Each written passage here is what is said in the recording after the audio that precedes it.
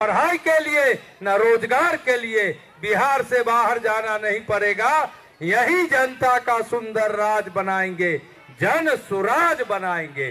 तो जनता का सुंदर राज बने, अपना राज बने, हमारा आपका राज बने। इसलिए मैं कहूंगा जनता का सुंदर राज, सब लोग 2 बार साथ देंगे। जन सुराज, जन सुराज। एक बार हाथ उठा लीजिए सब लोग। जनता का सुंदर राज।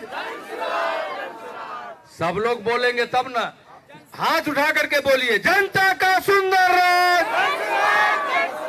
जनता का सुंदर राज।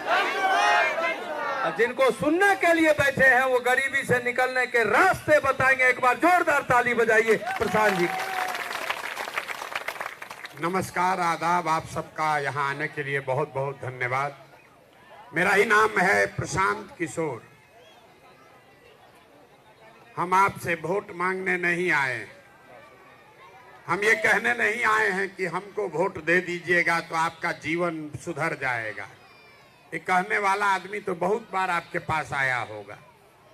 हम 18 महीना से पैदल चल रहे, 5000 गांव से पैदल चल के आज आपके गांव में पहुंचे हैं।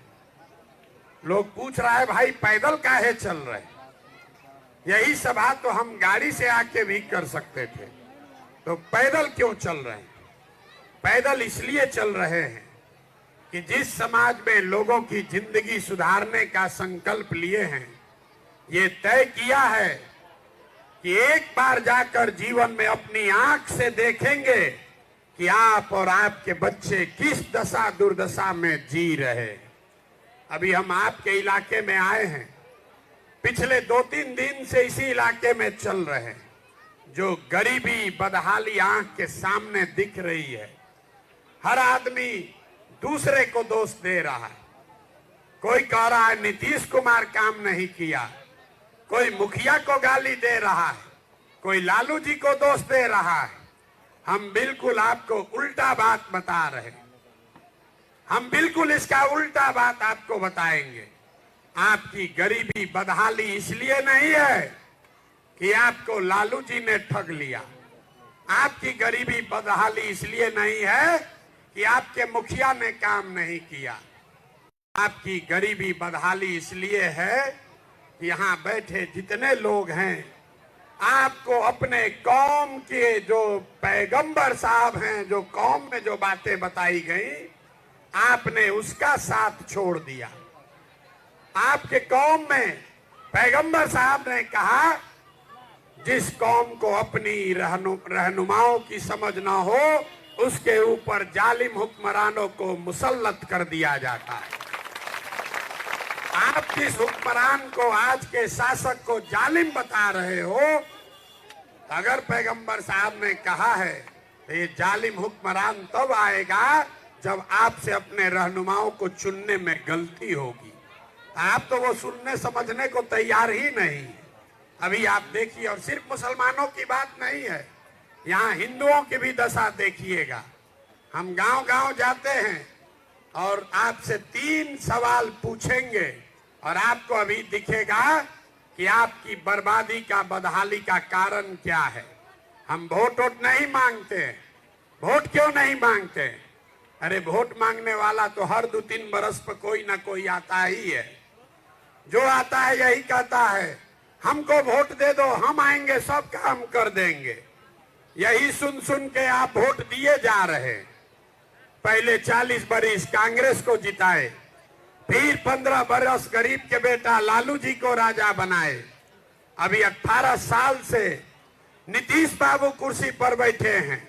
दिल्ली में हमने मोदी जी को भी बैठा कर देख लिया। आपका और आपके बच्चों का जीवन नहीं सुधरा। तब आए हैं कोई प्रशांत किशोर। आप हमारी बात सुनिएगा, हम पर भरोसा करके हमको वोट दीजिएगा। तो इसका क्या गारंटी है कि जीतने के बाद हम आपके साथ धोखा नहीं करेंगे? वोट से पहले तो सब आदमी अच्छे बतियाता है, वोट के बाद आपके साथ धोखा करता है। इसीलिए हम वोट नहीं मांगते। अभी आपको 15 मिनट में वो रास्ता बताएंगे। अगर आप समझ लीजिए तो वोट जिसको मन है उसको दीजिए, लेकिन रास्ता अगर समझ लीजिएगा तो और कुछ हो या ना हो, आपके बच्चों के लिए पढ़ाई रोजगार का व्यवस्था निश्चित तौर पर हो जाएगा। और अगर ना हो तो वोट चाहे लालू को दीजिए कि मोदी को, नीतीश को दीजिए कि जनसुराज को, अगर आपके बच्चों के पढ़ाई रोजगार का व्यवस्था न हो तो गर्दन प्रशांत किशोर का पकड़िएगा। ये हम आपको कह के जा रहे हैं, लेकिन जो रास्ता अभी बताएंगे उसको सीख लीजिए। अब चुपचाप आप बैठे हुए हैं, अब आपसे 3 सवाल पूछेंगे, आपको उसका जवाब देना है, हाँ या ना बोलना है हाथ उठाकर जोर से। और आपको अभी अपने आंख के सामने दिखेगा आपके गरीबी बदहाली का कारण और उससे निकलने का रास्ता। जितना लोग आए हैं जरा सोच के बताइए, आपके गांव पंचायत में और कुछ हो या ना हो, आपके बच्चों के लिए पढ़ने के लिए रोजगार के लिए व्यवस्था होना चाहिए कि नहीं होना चाहिए? सबको हाथ उठाकर जोर से बोलना है, होना चाहिए कि नहीं होना चाहिए? जोर से बोलिए, होना चाहिए। देखिए यहाँ का आदमी कितना समझदार है। आप चाहे खुद पढ़े लिखे हैं या अनपढ़, हिंदू हैं या मुसलमान, अगड़े हैं या पिछड़े, गरीब हैं या अमीर, महिला हैं या पुरुष, सब ने कहा ना भैया पढ़ने के लिए रोजगार का और पढ़ाई का व्यवस्था तो होना ही चाहिए। आपको किसी प्रशांत किशोर की जरूरत नहीं है, ये आपको मालूम है। अगर आपका बच्चा पढ़ेगा, अगर आपके बच्चे को रोजगार होगा, चाहे नीतीश बने, लालू बने, मोदी बने, आपका बच्चा पढ़ लिख के रोजगार पा जाए, आपका जीवन सुधरेगा। ये बात आपको मालूम है। तो जितना लोग ये समझदार बैठे हुए हैं, सब आदमी जरा अपने अपने बच्चों का चेहरा याद कर लीजिए और अपने बच्चों के नाम पर एक बार ईमानदारी से बताइए, आप में से किसने जीवन में एक बार भी अपने बच्चों के पढ़ाई और रोजगार के लिए वोट दिया है? देखिए अपने गांव का दुर्दशा, देखिए नजर घुमा के, कितना होशियार बनकर बोले हैं, हे भैया रोजगार चाहिए, हे भैया पढ़ाई चाहिए। जीवन में अपने बच्चों के लिए, दूसरे के बात छोड़िए, मुखिया सरपंच छोड़िए, लालू नीतीश मोदी को गाली देना बंद कीजिए। आप तो अपने बच्चे के प्रति ईमानदार नहीं हैं, दूसरे को काहे दोष दे रहे हो? आपने कहा कि हमने आज तक जीवन में अपने बच्चों के पढ़ाई रोजगार के लिए वोट नहीं दिया। अब कोई खड़ा होके कहेगा, ए भैया इसका क्या गारंटी है कि हम लोग पढ़ाई रोजगार के लिए वोट देंगे तो वो मिल जाएगा? नीतीश को दें कि लालू को दें, भाजपा को दें कि कांग्रेस को दें, किसको देंगे तो मिलेगा? हम अभी 2 मिनट में आपको दिखाएंगे, वोट जिसको देना है दे दो।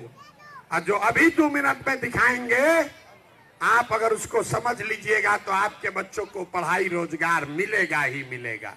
हमारी बात पर भरोसा नहीं है, दूसरे सवाल का जवाब दीजिए और आपके आंख के सामने दिखेगा। सब आदमी जरा सोच के हाथ उठाकर बताइए, आज तक आपने जिस नेता को और दल को वोट दिया, उन नेताओं ने आपका और आपके बच्चों का काम किया है कि नहीं किया है? जोर से बोलिए, एक एक आदमी को बोलना है, हर आदमी को हाथ उठाकर बोलना है, जो खड़ा है उसको भी। किया है कि नहीं किया है? जोर से, जो ना बोलिएगा तो आगे चले जाएंगे, बोलिए, जोर से बोलिए, किया है कि नहीं किया है? सारा गांव देखा है, सबने कहा आज तक जिस दल को नेता को वोट दिए, आज तक कोई हम लोग को कामे नहीं किया। तो हम गिनवाना शुरू करते हैं, सही बात बोलें तो हाँ बोलिएगा, गलत बोलें तो ना बोलिएगा। बात खत्म होगा, आपको दिखेगा आपके बच्चे को पढ़ाई रोजगार कैसे मिलेगा। पूरे बिहार में, आपके गांव पंचायत में भी बहुत सारे लोगों ने 5 किलो अनाज के लालच में मोदी जी को, भाजपा को वोट दिया है। तो बिहार में चाहे जितना चोरी भ्रष्टाचार है, 1 किलो चोरी करके 4 किलो अनाज यहाँ के गरीब को मिल रहा है कि नहीं मिल रहा है? जोर से बोलिए, मिल रहा है कि नहीं मिल रहा है? आपने हमने वोट दिया हिंदू मुसलमान बनके। हिंदुओं ने कहा हमारा दशा कुछ भी हो, पहले अयोध्या में मंदिर बनना चाहिए। तो आपके गांव में नाली गली नहीं बना, इस इलाके में बांध नहीं बना, स्कूल अस्पताल फैक्ट्री नहीं लगा, लेकिन आपके वोट, भाजपा को जो आपने वोट दिया, उसके वजह से अयोध्या में मंदिर बना है कि नहीं बना है? अरे मंदिर बना है कि नहीं बना है? आपने हमने वोट दिया लालू जी को।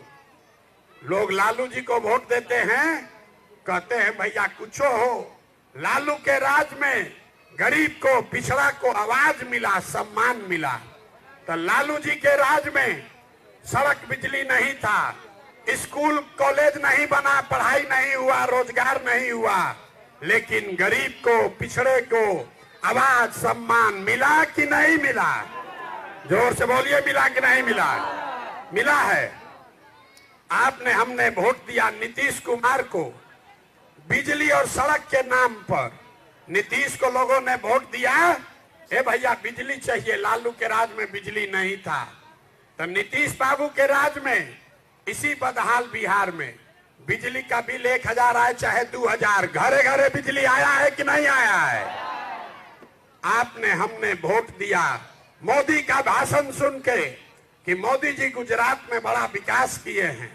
तो भैया मोदी गुजरात में तो विकास कर रहे हैं, देश भर का पैसा ले जाकर गुजरात में हर घर में फैक्ट्री लग रहा है, और पूरे बिहार से आपके हमारे बच्चे गुजरात में जाकर नौकरी मजदूरी कर रहे हैं कि नहीं कर रहे हैं?